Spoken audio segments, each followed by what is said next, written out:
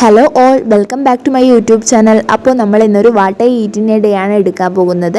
രാവിലെ തന്നെ നമ്മൾ ഡെയിലി കുടിക്കുന്ന പോലെ കുറച്ച് വെള്ളം കുടിച്ചു. അത് എല്ലാ ദിവസത്തെ പതിവാണ്. അടുത്ത പണി ബ്രേക്ക്ഫാസ്റ്റ് ഉണ്ടാക്കലാണ്. അപ്പോൾ ഇന്ന് പുട്ടും ഉരുളക്കിഴങ്ങ് കറിയായിരുന്നു. ഇടയ്ക്കൊക്കെ പുട്ടിന് പുക വരാൻ കുറച്ച് താമസം എടുക്കും, പക്ഷേ ഇന്ന് എന്തോ ഭാഗ്യം കൊണ്ട് വേഗം തന്നെ വന്നു.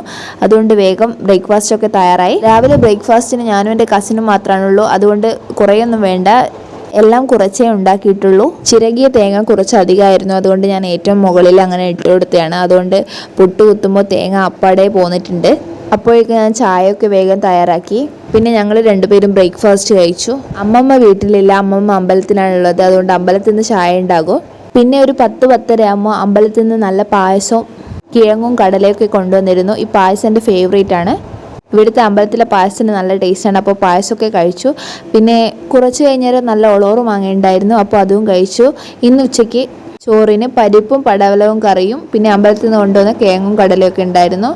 പിന്നെ ഇവിടെ ഉപ്പിലിട്ട മാങ്ങയും ചിക്കനൊക്കെ ഉണ്ടായിരുന്നു. അപ്പോൾ അതൊക്കെ കൂട്ടി ചോറ് കഴിച്ചു. കൈതച്ചക്ക എൻ്റെ ഫേവറേറ്റ് ഫ്രൂട്ടാണ്. അപ്പോൾ കുറച്ച് കഴിഞ്ഞാൽ ഞങ്ങൾ ഉപ്പും മുളകൊക്കെ ഇട്ട് കൈതച്ചക്ക കഴിച്ചു. പിന്നെ കുറച്ച് കഴിഞ്ഞേരം ചായക്ക് ബിസ്ക്കറ്റും പഴമൊക്കെ ഉണ്ടായിരുന്നു. അപ്പുറത്തെ വീട്ടിൽ നിന്ന് നല്ല പഴുത്ത ചക്ക കിട്ടിയിരുന്നു. അപ്പോൾ ഞങ്ങൾ രാത്രി നല്ല ചക്കപ്പായസം ഉണ്ടാക്കി. കുറച്ച് കഴിഞ്ഞേരം അത് കുടിച്ചു. രാത്രി ചോറിന് ഉച്ചക്കത്തെ ഐറ്റംസ് തന്നെയായിരുന്നു. അപ്പോൾ ഇന്നത്തെ വീഡിയോ അത്രയേ ഉള്ളൂ. നമുക്ക് നെക്സ്റ്റ് വ്ലോഗിൽ കാണാം. ബൈ.